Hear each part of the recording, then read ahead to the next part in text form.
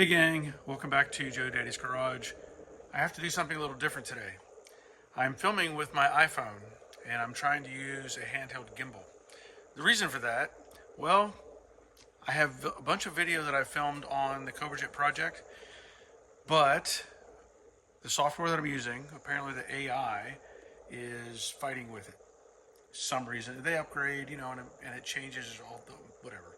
So I'm fighting with the editing software at the moment. So I'm going to give you a different approach on the Cobra project and show you the status. Now, if you have followed along, you already know that I'm working on the 69 Mach 1 Cobra painted black jade originally, and it was brought to me in very, very poor condition. And so I've been working on it for a couple of years now, actually, and I've had some paint issues that I've fought with.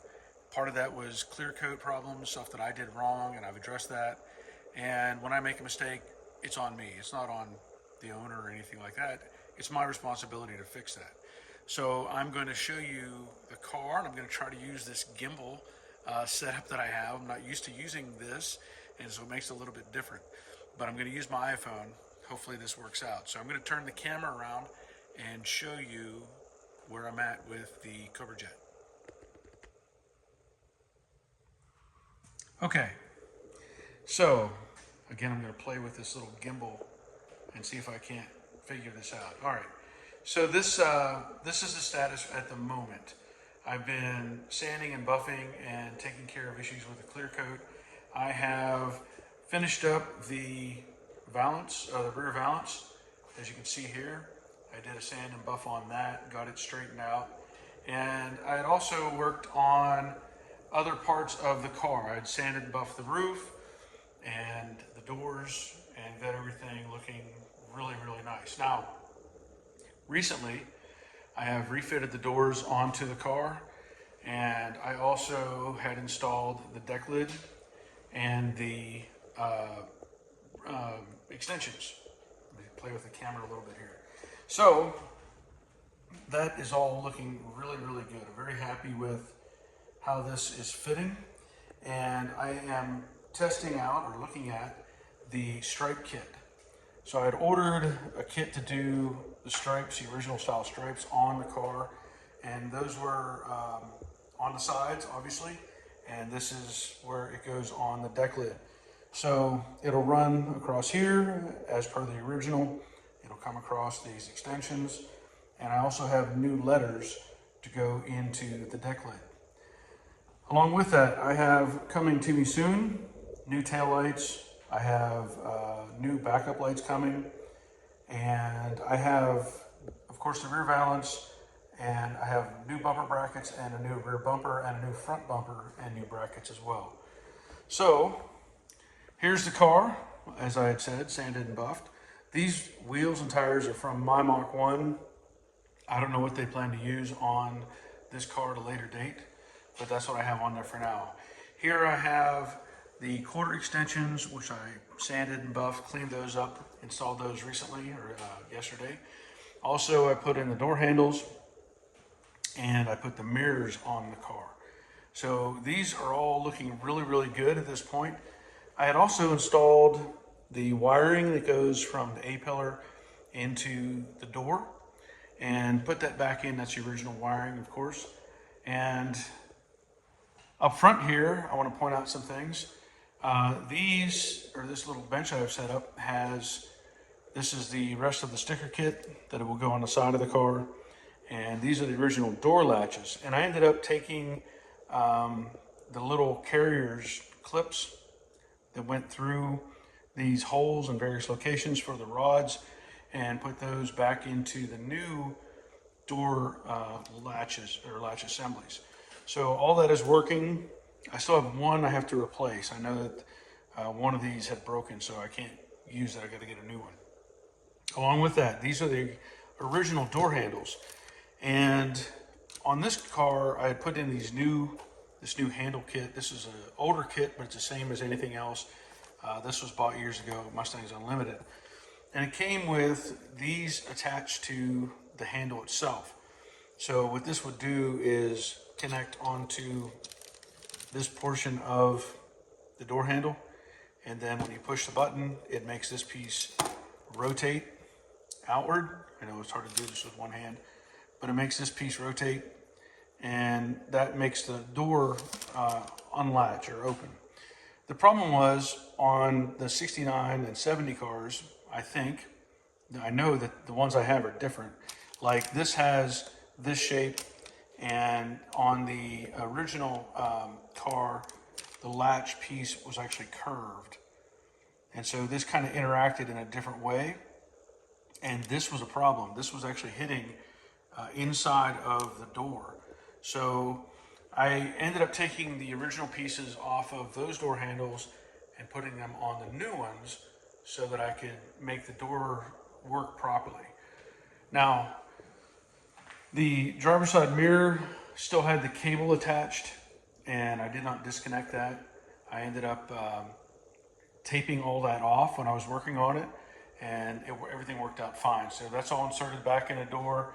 As you can see, the wiring is back in place there. And the vents, little thing with these, when I was putting them in, I could not just slide them right in like I thought I should be able to, because the stud was interfering on, I think, one location. So I just took the stud out, put that in, put the stud in from the inside, and it worked out just fine. So the door, now it sticks a little bit because there's nothing inside the door right now. There's no glass or mechanisms, and I have these sprung upward so that whenever the weight gets in them, they'll pull down kind of naturally and work like they should. I have really nice door gaps. Very happy with all of this. These extensions in the back. Now, I had somebody comment on a post that I put on Facebook that Ford would not have made these fit this nice.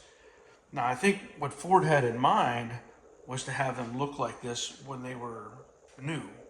But they pointed out if you took this to a show and had it judged, you would lose points because they never fit like this. Well, I think that Ford wanted them to fit like that. They were just unable to pull it off. So of course I made it fit like it's supposed to, as opposed to just making it kind of fit. Now, other things going on with this, I'm going to be adding clips to the quarter panels here where the trim goes around the back glass. And you'll notice the studs are here on the deck filler piece, but they did not put them on the quarters or up on top where the roof is. So I plan to use the screw-in type of clips that they used on the earlier cars. I want to get all that in place before it leaves here, and that way somebody else is not dealing with it. Another thing that I plan to do is use on the side here, where you're supposed to have the emblem, there were no studs there either. And I'm not going to drill holes and put screws in there. I'm going to use the emblem, but I'm going to put like 3M tape and stick it to the car versus making holes in the car. Otherwise, you look at the inside, you'll see that everything is painted up the way it should be, at least in my opinion. So the floor would have been the red oxide kind of color. And then on the sides, I had painted the color up into the wheelhouse and of course into the trunk area. So all that turned out really nice. I'm experimenting with this gimbal, as you can see. So underneath the car, see if I can do this, get that to rotate. It won't rotate up very far. I have also put the red oxide on the bottom of the car. I have videos on all of this so you can see what's going on with the car. Now, the next step in this is going to be getting the fenders on and trying to get all that finished up, get the extensions or the rear valance on, the front valance on, and trying to get all of this taken care of, and of course redetailing the engine bay. At that point, what I want to do is get this car out of my paint booth because I need to paint the hood and I need to black it out. I have a kit for that I'm going to be using as well. And as we all know, the hood I did a while ago, and here it is just sitting and waiting to get the decal stencil put on so that I can paint it the semi-flat black. So there will be prep work involved with all of this. I also have to paint the ring that goes around the shaker hood, the air cleaner. So I have that to paint as well. And as I had said earlier, the fenders are over here waiting for me to get them back on the car. So I'm going to turn the camera back around. Let's see if this works. Here we go. There we go. Okay. So again, I'm experimenting with this this gimbal, and I kind of like it, but it takes some getting used to. I have not. This is the first video that I've made with this. So I tried to get this other video done, and it just didn't happen. I actually tried 2 different ways to make my video for this week, and it just didn't happen. But if you're here, thank you for watching. I especially want to thank my patrons who continue to support me as I do this. And if you're interested, there are links in the description box down below for Patreon, Amazon, and there is a tip jar if you want to help out me with my efforts in making these videos. Otherwise, this is the best I can do for this week. So until next time, take care of yourselves. See ya.